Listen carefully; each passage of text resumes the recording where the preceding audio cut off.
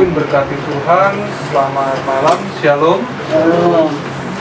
Berkumpul kembali pada malam hari ini dalam ibadah rumah tangga yang tergelar di rumah keluarga Oma Manuain. Kami atas nama Majelis Sektor Pelayanan 2 mengucapkan terima kasih yang pertama kepada pelayan kita Bapak Udi dan kepada keluarga di sini, keluarga Oma Manuain. Terima kasih atas waktu dan kesempatan yang sudah diberikan kepada jemaat Sektor Pelayanan 2. Sebelum mulai masuk dalam ibadah, saya persilakan kepada keluarga di sini, Oma Manuain, untuk menyampaikan pokok-pokok doa yang akan dibawakan di dalam ibadah nanti. Dipersilakan. Salam. Shalom. Kami sekeluarga mengucapkan banyak terima kasih atas kehadiran Bapak Ibu sekalian, Bapak Pendeta sekalian di rumah kami ini. Kami terima kasih.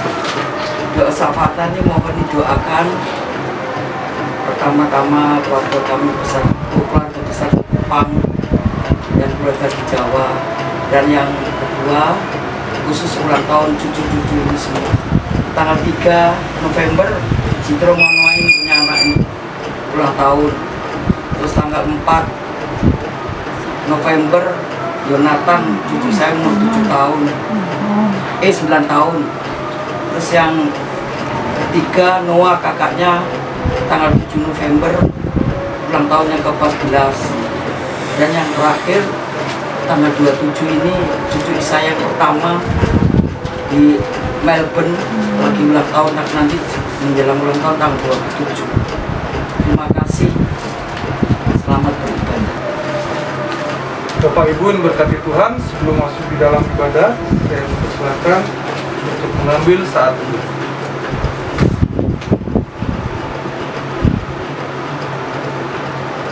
Selesai. Bapak Ibu yang berkati Tuhan, silakan berdiri.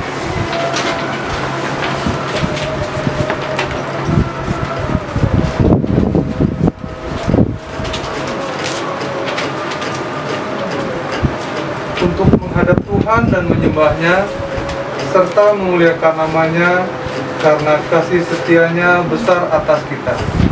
Bersama-sama kita menyanyikan Kidung Jemaat 249. Kidung Jemaat 249 bait yang pertama, Serikat Persaudaraan, kita angkat bersama-sama. Serikat persaudaraan, berdirilah teguh, sempurnakan persatuan di dalam Tuhanmu. Bersama-sama majulah, dikuatkan iman, berdamai bersejahtera dengan pengasihan. Kita lanjutkan ibadah kita pada malam hari ini, bersama-sama kita satu di dalam doa. Kembali kami datang ke hadirat-Mu Tuhan, mengucap syukur atas berkat dan kasih karunia yang sudah Engkau nyatakan di dalam kehidupan kami sepanjang hari ini Tuhan. Terima kasih ya Bapa, sebentar lagi kami akan masuk di dalam ibadah-Mu untuk mendengarkan kebenaran firman-Mu. Kiranya Engkau berkati ibadah kami ini, berkati juga pelayan firman-Mu Bapak Pendeta Ogi, kiranya Engkau memberikan kekuatan dan kesehatan, dan berkatilah juga jemaat-Mu yang akan mendengarkan kebenaran firman-Mu. Kami serahkan ibadah ini Tuhan hanya ke dalam nama Bapa, Putra, dan Roh Kudus. Amin. Bapak Ibu yang dikasihi Tuhan, kita akan merenungkan firman Tuhan saat ini. Firman Tuhan kita terambil dari 2 Korintus 5. 2 Korintus 5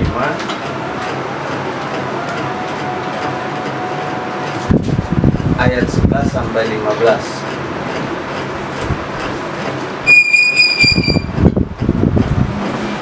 2 Korintus 5 ayat 11 sampai 15 adalah firman Tuhan yang akan kita renungkan saat ini. Kalau kita sudah mendapatkannya, Mari kita biarkan Alkitab kita terbuka, lalu kita berdoa mohon bimbingan Roh Kudus. Kita berdoa. Ya Tuhan Allah yang penuh kasih, anugerahkanlah kami kuasa Roh-Mu yang kudus itu, karena kami hendak mendalami kebenaran firman-Mu ya Tuhan. Sertai kami dengan kuasa Roh-Mu yang kudus itu ya Tuhan. Lalu penuhi hati dan pikiran kami, beri kami hikmat dan pengertian. Tetap bersabdalah bagi kami, karena kami sudah siap untuk mendengarkan. Amin. Mari kita berdiri untuk mendengarkan firman Tuhan kita yang terambil dari 2 Korintus 5 ayat 11 sampai ayat yang ke-15. Firman Tuhan berkata demikian. Kami tahu apa artinya takut akan Tuhan. Karena itu kami berusaha meyakinkan orang. Bagi Allah hati kami nyata dengan terang, dan aku harap hati kami nyata juga demikian bagi pertimbangan kamu. Dengan ini kami tidak berusaha memuji-muji diri kami sekali lagi kepada kamu, tetapi kami mau memberi kesempatan kepada kamu untuk memegahkan kami, supaya kamu dapat menghadapi orang-orang yang bermegah karena hal-hal lahiriah dan bukan batinnya.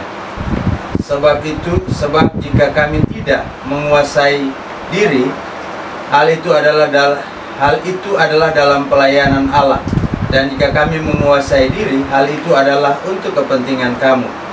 Sebab kasih Kristus yang menguasai kami, karena kami telah mengerti bahwa jika satu orang sudah mati untuk semua orang, maka mereka semua sudah mati. Dan Kristus telah mati untuk semua orang, supaya mereka yang hidup tidak lagi hidup untuk dirinya sendiri, tetapi untuk Dia yang telah mati dan telah dibangkitkan untuk mereka. Demikian pembacaan firman Tuhan. Yang berbahagia adalah kita yang mau mendengar dan melakukannya dalam kehidupan kita dari hari lepas hari. Terpujilah Kristus. Haleluya. Haleluya, haleluya, haleluya. Bapak Ibu dipersilakan duduk. Bapak Ibu yang dikasihi oleh Tuhan kita Yesus Kristus, sebagaimana manusia, kita semua ingin dihargai. Setiap orang yang ingin dihargai tentunya juga harus melakukan sesuatu yang berharga. Jangan hanya kita berkata-kata, tetapi kita ingin dihargai. Nah, sebagai seorang pelayan Tuhan, kita pun ingin diakui. Apalagi sebagai seorang pelayan Tuhan ya, semua orang ingin diakui. Mari kita dan ketika kita bicara tentang pengakuan orang kepada kita, sebenarnya yang paling penting adalah kita mau berserah dan menyerahkan segala pujian dan hormat hanya untuk Tuhan. Jadi ketika kita berharap orang memuji kita, seharusnya kita mengarahkan orang juga untuk lebih lagi memuliakan Tuhan, memuji Tuhan dengan hormat untuk kemuliaan nama Tuhan. Nah, pasti dia mengetahui dan mencatat apa yang diperbuat demi namanya. Nah, saatnya kita akan menerima upah dari Tuhan. Jadi bukan sebenarnya hidup kita dari Dia yang telah menyelamatkan dan memberi hidup bagi kita. Jadi dalam kesempatan ini, posisi kita sebagai pelayan, tugas kita adalah melayani. Tetapi apa yang kita lakukan bukan untuk kita, tetapi untuk hormat dan kemuliaan nama Tuhan. Kenapa kita melakukan itu? Karena Tuhan sudah melakukannya untuk kita. Tuhan telah mendahului, berinisiatif, membebaskan kita dari dosa lewat pengorbanan Yesus Kristus, menjadikan kita berharga di hadapan Tuhan. Nah, sebenarnya cukup kalau kita sudah berharga di hadapan Tuhan. Tidak perlu kita merasa bahwa kalau pada akhirnya tanggung jawab yang diberikan kepada kita tidak dihargai oleh orang, itu biasa. Itu biasa, bukan sesuatu yang luar biasa. Bahkan itu sering terjadi dalam kehidupan persekutuan kita. Orang jarang melihat segala sesuatu yang baik yang dilakukan. Orang sibuk melihat segala sesuatu yang tidak baik yang dilakukan. Apalagi itu seorang pelayan. Bagi orang, melakukan hal yang baik itu luar biasa, tidak perlu diapresiasi. Itu biasa ya, bagi seorang pelayan di mata jemaat dia melakukan yang baik itu biasa, tidak perlu apresiasi. Tapi ketika dia melakukan kesalahan, maka cacian serta hinaan itu akan datang dengan luar biasa. Dan Paulus tahu itu. Paulus dalam pelayanannya di jemaat Korintus, dia berhadapan dengan orang-orang yang memang menuding dia sebagai seorang pembohong yang mengatasnamakan Tuhan dalam pelayanannya. Tapi Paulus tidak melihat itu sebagai sesuatu yang membuat dia harus kebakaran jenggot, membuat dia harus merasa khawatir dan takut. Karena Paulus tahu betul bahwa apa yang dia lakukan itu bukan untuk dirinya, tetapi dia lakukan itu untuk kemuliaan Tuhan. Artinya hidup yang Allah berikan kepada dia, kepercayaan yang Allah berikan kepada dia sebagai seorang rasul itu, dia benar-benar menggunakannya sehingga berguna bagi kemuliaan Tuhan. Sehingga dia tidak membutuhkan pengakuan dari manusia. Dia tidak membutuhkan pujian dan hormat dari manusia. Karena dia tahu betul bahwa ganjaran dari apa yang dia lakukan untuk kemuliaan Tuhan itu juga akan dia peroleh dari Tuhan. Ganjarannya adalah kemuliaan dan keselamatan. Nah, Bapak Ibu jemaat yang dikasihi oleh Tuhan kita Yesus Kristus, malah sebaliknya, Paulus tidak membanggakan dirinya. Tapi Paulus bagaimana dia membanggakan umat Allah yang hidup dalam ketaatan, kesetiaan yang membuat mereka sadar untuk tidak mudah terprovokasi dengan hinaan, dengan cemoohan dari nabi-nabi palsu yang saat itu hadir untuk menghasut mereka. Nah, yang paling gampang Bapak Ibu, saya mau katakan begini, dalam kehidupan berjemaat, paling sulit itu ketika kita memotivasi orang untuk saling menolong satu dengan yang lain untuk memenuhi kebutuhan, itu paling sulit. Tapi kalau menggalang orang untuk menjatuhkan orang lain itu paling gampang. Itu Bapak Ibu. Dan kita tahu semua bahwa mana yang baik dan mana yang tidak baik. Tetapi kita gampang terpengaruh untuk hal-hal yang harusnya kita telusuri dulu kebenarannya. Kalau ada informasi yang datang ke kita harus cek dulu. Jangan ditelan mentah-mentah. Kalau kita telan mentah-mentah, maka orang akan menjadikan kita sebagai sasaran empuk untuk menyulut persoalan dalam kehidupan persekutuan. Nah, kita sadar bahwa itu kita tahu betul bahwa itu tidak dikehendaki oleh Allah. Nah, di masa-masa sulit seperti ini, semua orang berada dalam suasana yang labil ya, saya bilang yang labil. Kalau kehidupan semakin sulit, pendapatan semakin berkurang, lalu kemudian ruang gerak kita semakin terbatas, dan banyak hal yang menjadi persoalan dalam kehidupan kita.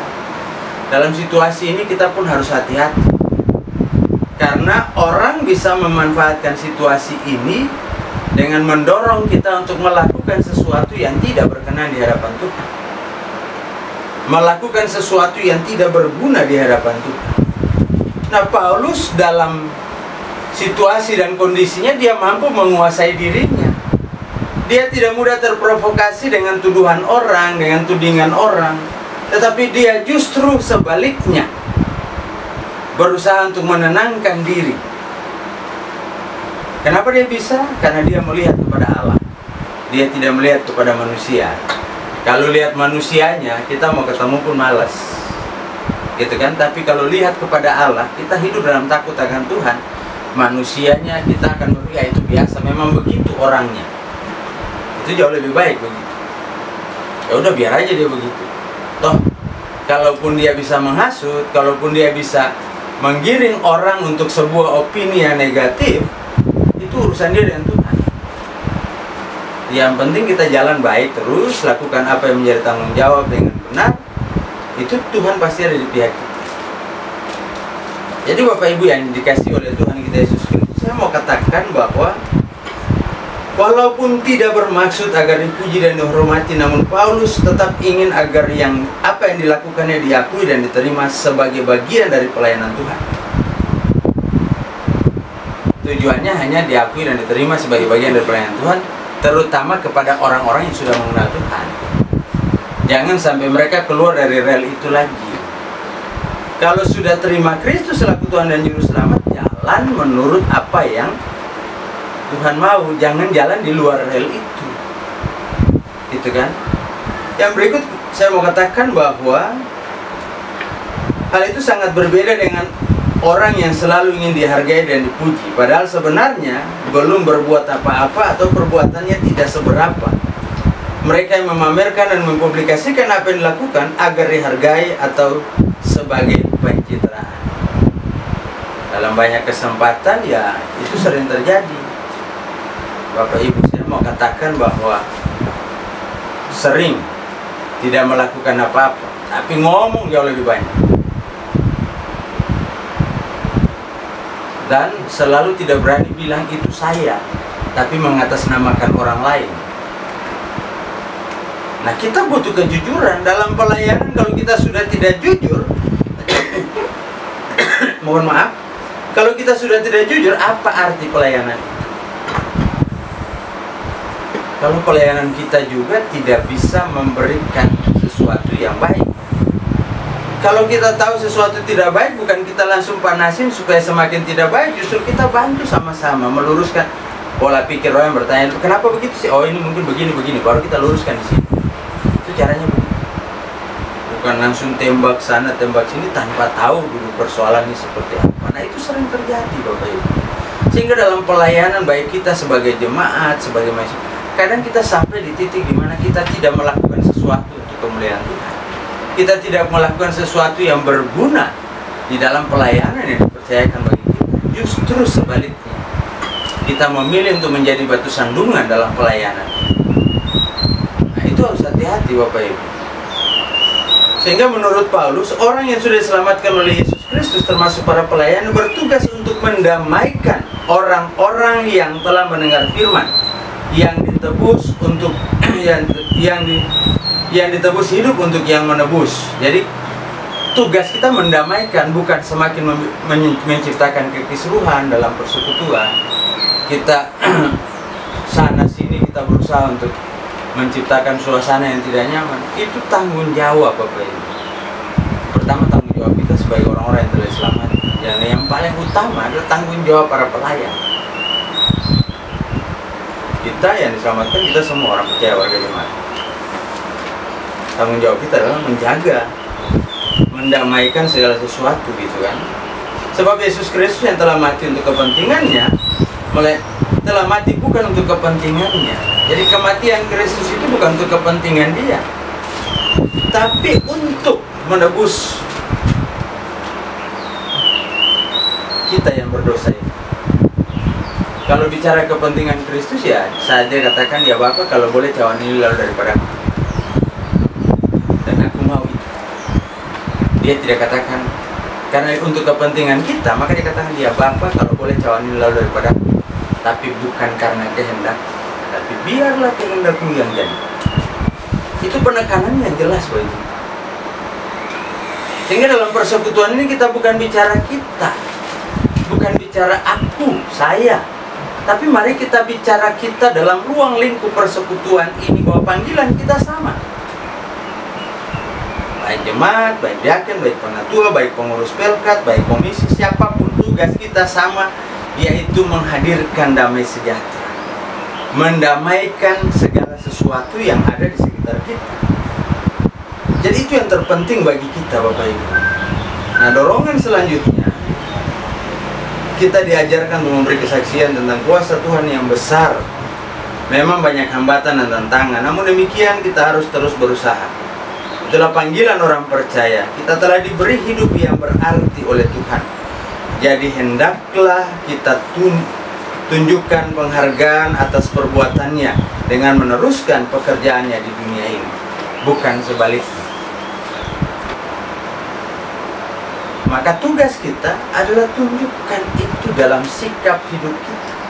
dalam tutur kata kita, dalam keberadaan kita. Jadi yang harus kita lakukan sebagai orang percaya adalah bagaimana kita belajar mengenal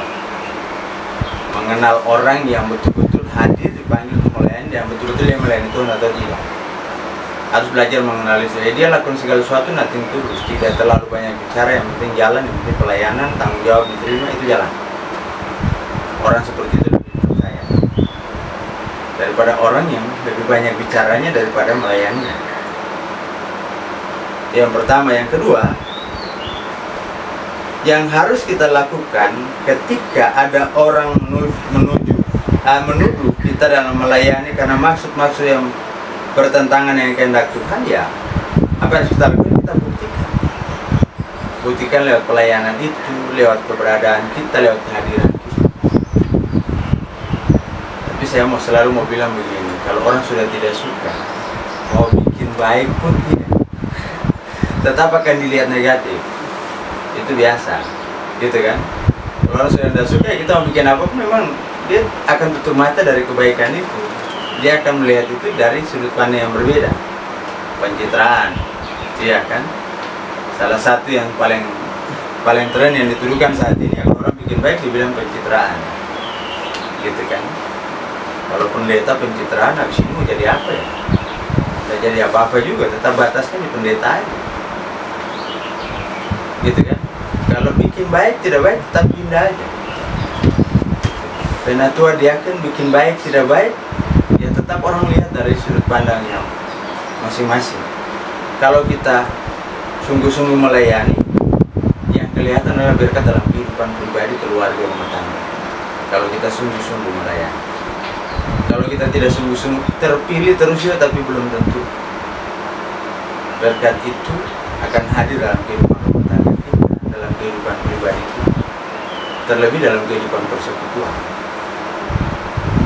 Shalom ini 210 kakak Bapak Ibu, bukan jemaat kecil, jemaat besar, bukan jemaat tidak mampu. Cuman kita kalah karena mindset berpikir kita. Dulu di Pospelke saya bilang ke jemaat, jangan pernah merasa diri kalau kita di Pospelke. Kita boleh disebut Pospelke, tapi bukan berarti kita tidak bisa berbuat apa-apa sebagai Pospelke. Setiap Pospelkes yang saya tangani semua punya kewajiban untuk membantu pos lain yang lebih miskin, yang tidak mampu. Karena saya berada di Pospelkes yang semua karyawan, semua punya penghasilan tetap bulanan. Jadi tidak bisa pura-pura bahwa Tuhan kami ini butuh pertolongan lalu harus disubsidi dan sebagainya. Itu saya ajarkan tidak seperti itu. Sebaliknya kita berusaha untuk membantu orang di luar sana. Minimal kita tidak terima bantuan saja, kita sudah membantu orang. Bantu, misalnya seperti itu. Dan itu harus dilihat sebagai bagian dari cara kita memuliakan Allah dengan berkat yang kita terima. Yang berikut, bahwa Yesus Kristus yang kita sembah adalah Tuhan yang Maha Kuasa. Namun demikian, mengapa sering ada hambatan dalam pekerjaan melayani Dia? Hati para pelayannya itu yang selalu membuat banyak hambatan. Kalau kita tulus, kita sungguh-sungguh, kita percaya, kita yakin, tidak akan ada hambatan. Apa yang kita khawatirkan? Tuhan kita punya segala sesuatu. Jadi mari kita bangun itu dalam kehidupan kita, jemaat maupun gereja, semua punya pola pikir yang sama. Apa yang kita cari dalam kehidupan persekutuan ini tidak ada. Kita bersekutu untuk memuliakan Tuhan, itu intinya. Bukan bicara tentang prestise, bukan bicara tentang nama, bukan bicara tentang kehebatan dan kemampuan. Ada dua hal, orang akan mengenang kita karena kejahatan yang kita lakukan, orang akan mengenang kita karena kebaikan yang kita lakukan. Jadi harus bersikap tegas, tidak bisa biasa-biasa saja. Seperti orang yang tidak punya sikap ya. Kadang kalau banyak yang setuju dan ini kita ikut, banyak yang setuju, nah itu orang udah kenal sampai mati. Karena dia tidak punya sikap hidup tegas dan benar. Dan terakhir, bahwa untuk saling menguatkan, coba ceritakan pengalaman saudara ketika menghadapi tuduhan yang tidak benar dalam melayani kita. Tuduhan itu sering, Bapak Ibu. Orang tidak suka, orang bisa merekayasa sesuatu lalu menuduh kita untuk melakukan hal yang tidak kita lakukan. Kalau seperti itu tidak usah takut. Tetap lawan, tetap beri. Perlawanan yang tegas, selalu nyatakan sikap, buktikan juga lewat kehidupan kita, sehingga tuduhan itu tidak benar-benar akan melekat dalam kehidupan kita. Lalu doakan orang itu supaya dia tidak lagi menjadi pemfitnah, gitu kan, penyebar hoax. Tapi dia menyadari supaya dia menjadi orang yang harus menyatakan kebenaran, mewartakan kasih Kristus dalam hidupnya. Itu panggilan sebagai orang percaya. Jadi terlepas dari siapapun dia, panggilan kita sebagai orang percaya adalah menyatakan kebenaran dan mewartakan Kristus dalam kehidupan kita. Karena itulah yang berguna bagi kita sebagai orang percaya di tengah-tengah dunia. Tuhan memberkati kita. Amin.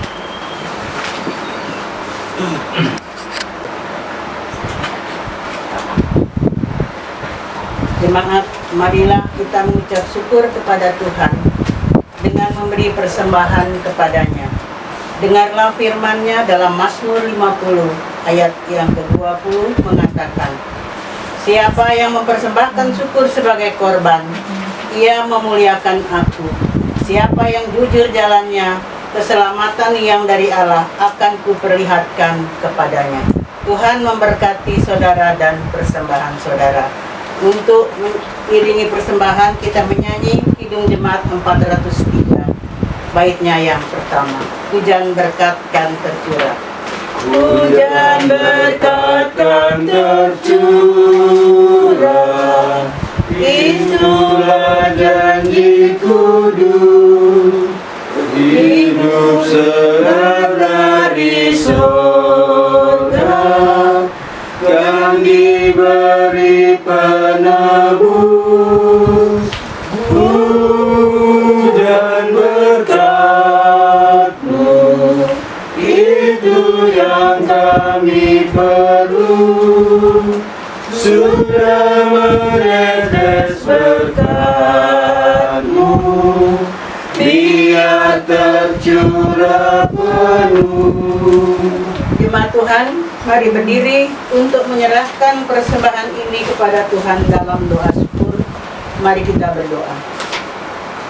Segala puji dan syukur kami persembahkan kehadiran-Mu Bapa Surgawi, atas kasih dan kemurahan Tuhan yang telah melimpahi segala berkat dalam kehidupan kami.